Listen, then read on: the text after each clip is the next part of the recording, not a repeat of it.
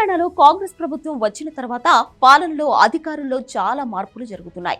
కొందరు ట్రాన్స్ఫర్ల మీద వెళ్తుంటే కొందరు మాత్రం ఏకంగా రాజీనామా చేస్తున్నారు అనడం కంటే సీఎం రేవంత్ రెడ్డి వాళ్ళను పీకి పడేస్తున్నారు అనడం కరెక్ట్ గా ఉంటుంది.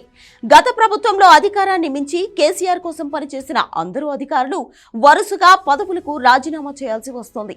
ఇదే క్రమంలో యాదాద్రి శ్రీ లక్ష్మీనరసింహస్వామి ఆలయ ఈవో గీతారెడ్డి తన పదవికి రాజీనామా చేశారు. తన రాజీనామా పత్రాన్ని ఈమెయిల్ ద్వారా దేవాదాయ శాఖ కమిషనర్ కు పంపించారు.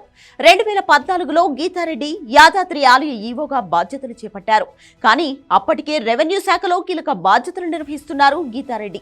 రెవెన్యూ శాఖలో ఆర్డీఓ హోదాలో ఉంటూనే యాదాద్రి ఆలయంలో ఈవోగా అదనపు బాధ్యతలు కూడా చేపట్టారు. నిజానికి 2019లోనే గీతారెడ్డి రిటైర్ కావాల్సి ఉంది. అప్పటికే ఆమె పదవీ కాలం పూర్తయింది. కానీ యాదాద్రి ఆలయ పునర్నిర్మాణం జరుగుతున్న నేపథ్యంలో మరో సంవత్సర కాలం పాటు గీతారెడ్డిని ఈవోగా కంటిన్యూ చేయాలంటూ కేసీఆర్ ప్రభుత్వం నిర్ణయించింది. ఆ తర్వాత ప్రభుత్వం నుంచి ఆదేశాలు వచ్చే వరకు గీతారెడ్డి మాత్రమే ఈవోగా కొనసాగుతారంటూ ఆదేశాలు జారీ చేసింది బీఆర్ఎస్ ప్రభుత్వం.